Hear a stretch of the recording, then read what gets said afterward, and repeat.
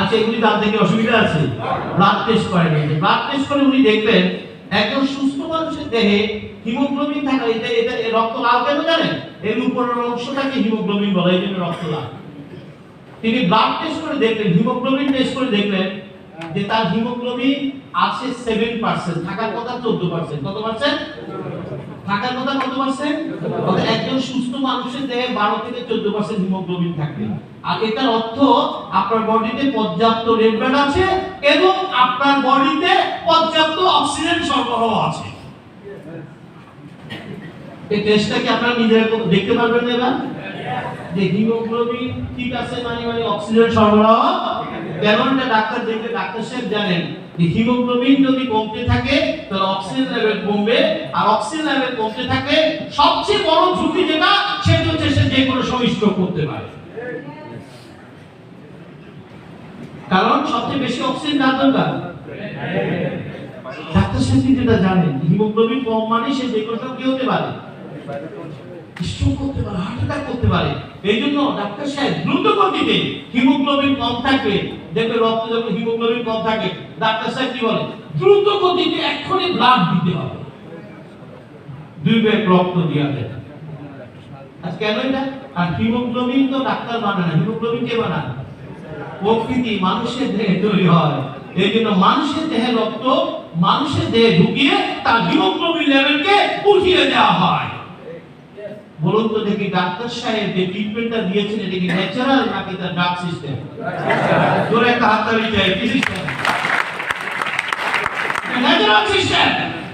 তার আগে তাকে বাঁচিয়ে রাখতে গেলে তার নেচারকে সমর্থন দিতে হবে।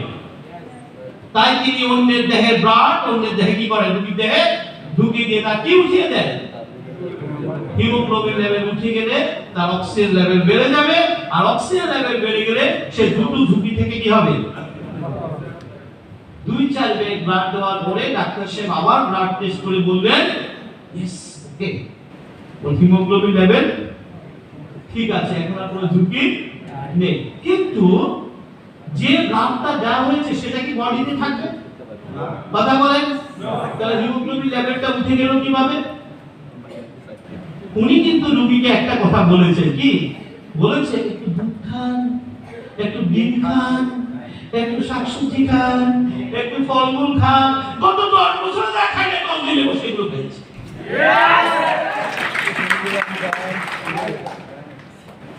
আপনার রোগীকে দেখার সময় সিগারেটের বাক্স নিয়ে যান নাই, ফলমূল নিয়ে গেছে।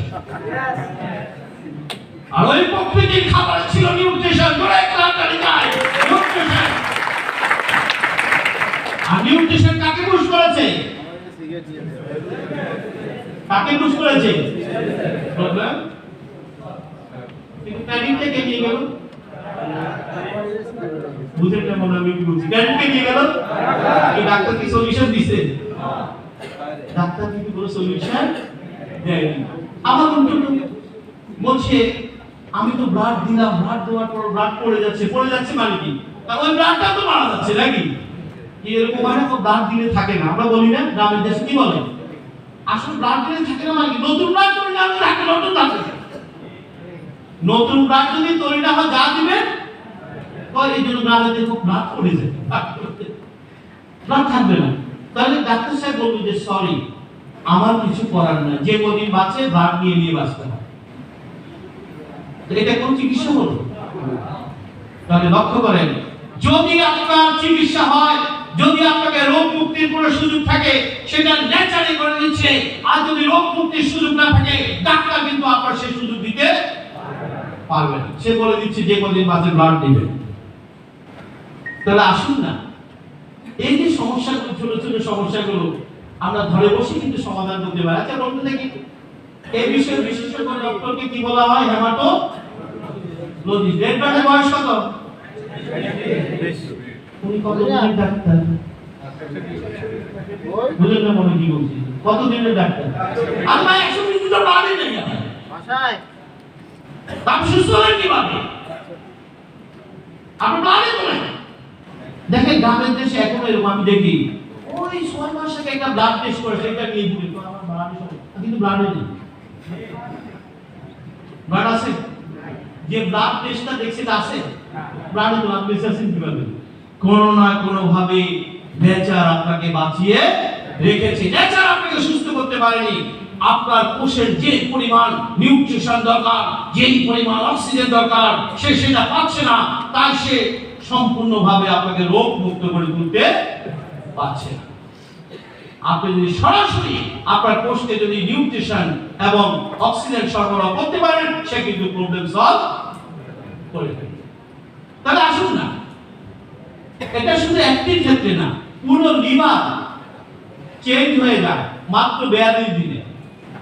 জানেন কি কত দিনে? ডাক্তার সাহেব বলছেন আপনার লিভারের সমস্যা আছে, কতদিন? বলছেন লিভারে কোনো সমস্যা নেই, কতদিন? সমস্যা থাকলেও 42 দিন। এটা নিয়ে টেনশন করার দরকার নাই। আপনাকে আপনার সমস্ত অঙ্গ প্রত্যঙ্গগুলি সম্পূর্ণভাবে রিপেয়ার করবে কে? Stem cell. আর স্টেম সেলকে সব সময় অ্যাক্টিভ থাকবে নিউট্রিশন দিয়ে। জোরে একটা হাত দেন, নিউট্রিশন। আপনার প্রকৃতির খাবারগুলো, আপনার ভ্যাস্টিজের খাবারগুলো ডিজাইন করা স্টেম সেল নিউট্রিশন। ডিজাইন করা কার নিউট্রিশন? এখন এই আলোচনা কি দেখেছে রোগ বলে কিছু আছে কি? কথা বলেন, আছে কি? রোগ হইলেও থাকবে না, না হইলেও থাকবে না। মূলত পুষ্টি করবে স্টেম সেল। স্টেম সেলে কিছু ক্ষমতা বিজ্ঞানীরা আবিষ্কার করেছে। স্টেম সেল বডিতে 1000 বছর পর্যন্ত বাঁচতে পারে। এই যে মানুষের বেঁচে থাকার ক্ষমতার পেছনে রহস্যটা কাজ করে। স্টেম সেল যে কোনো সেলে কনভার্ট হয়ে যেতে পারে। জোরে একটা হাততালি চাই। চিকিৎসা বিজ্ঞানের যুগান্তকারী আবিষ্কার। কিন্তু এগুলো কখনো চিকিৎসা ব্যবসা আপনার কাছে বলবে না। বললে ব্যবসা থাকবো? আচ্ছা বলুন তো দেখি, কোন ডাক্তারের কাজ আছে কি? এটা এখন একটা নতুন কথা বেরিয়ে, হাত হয়ে গেছে। গেলে বা কি হয়ে গেছে? হাত হয়ে যাবে। নতুন হাত তৈরি হয়নি। হাত ক্ষয় করে কোনো লোক নেই। তার প্রতি মুহূর্তে আপনার হাত ন্যাচারালি ক্ষয় হচ্ছে। প্রতি মুহূর্তে ন্যাচারালি কি হচ্ছে? ক্ষয় হচ্ছে। এবং নতুন হাত তৈরি হচ্ছে। ক্ষয় হচ্ছে, তৈরি হচ্ছে না। তৈরি কে করবে? স্টেম সেলের খাওয়াতেছে গরুর মাংস, খাসির মাংস। ওর কি গরুর মাংস দরকার, খাসি মাংস দরকার, না পুষ্টি দরকার? আপনি সমস্ত আবর্জনাটাকে খাওয়াইতেছেন।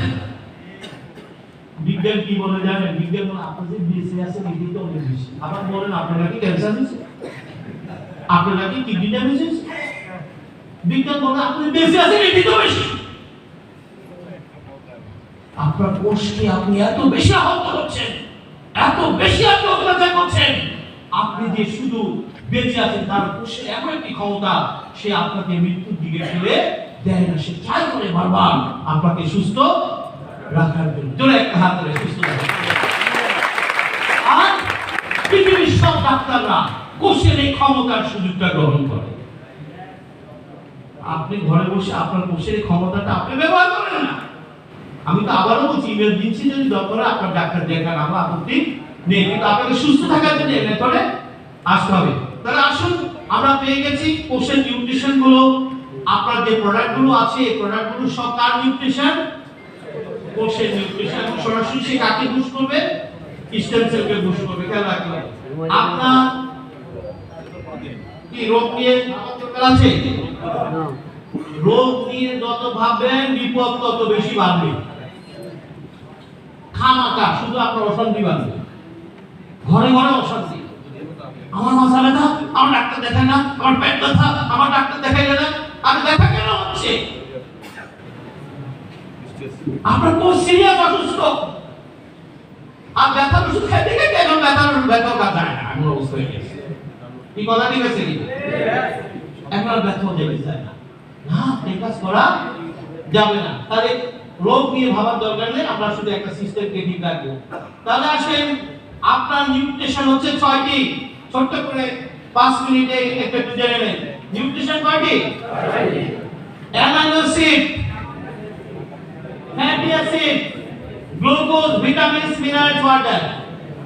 আপনার বডিতে অ্যামাইনো অ্যাসিড সাপ্লাই দেবে আপনার যে প্রোডাক্টটি, সেটির নাম হচ্ছে প্রোটিন ফুড। স্পাইরুলিনা। জোরে একটা হাত তালি দেন।